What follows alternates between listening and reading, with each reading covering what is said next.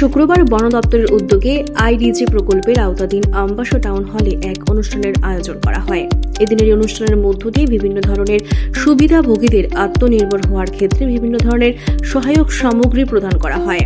প্রদীপ প্রজ্বলনের মধ্য দিয়ে অনুষ্ঠানের শুভ সূচনা করলেন বন দপ্তরের মন্ত্রী অনিমেষ দেববর্মা।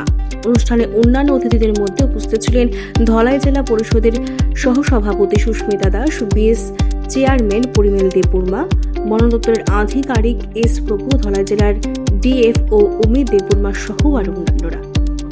দায়িত্ব হচ্ছে সমস্ত নাগরিক। আমাদের দেহে যেমন একটা ফুসফুস আছে, লাংস, বন হচ্ছে আমাদের মানব সমাজের জন্য এটা লাংস। এই লাংসকে রক্ষা করতে গেলে এটা তো শুধু আমার লাংসের ব্যাপার না, এটা পরিমলদার লাংসের ব্যাপার, সভাধিপতির লাংসের ব্যাপার, যারা প্রশ্ন করছে তাদেরও লাংসের।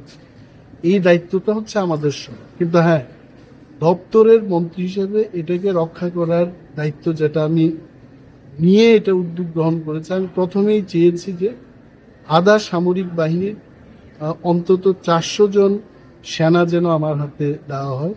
কারণ এই বনদস্যুদের বিরুদ্ধে যদি লড়াই করতে হয়, বন্দুক দিয়েই কিন্তু লড়াইটা করতে হয়। তো এটা যুদ্ধের মতো পরিস্থিতি। যারা বনকে ধ্বংস করছে তাদের সংখ্যা অনেকটাই বেশি।